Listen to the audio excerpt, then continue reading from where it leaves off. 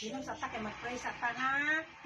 So, dear Almighty God, salamat kaayo sa grasya nga niya karon sa mga tubangan aron pagsilibrar sa adlaw na tawhan ni Ace Axel, Prince Axel.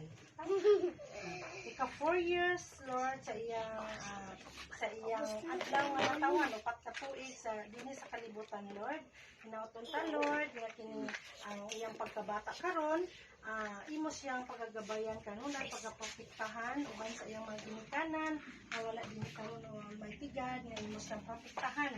Ang usab ang kini bata pagagabayan ng iyang pagdako, Lord, nga mahimo siyang buotan nga bata ang tagaan siya kapaligiran nga panpod nga mahadlokon diha kanimo Almighty God. Ang usab kani niya sa mga pagkaon nga sa mga tubangan Almighty God nga kini among pagkakauna nga kini makahatag kini sa maayong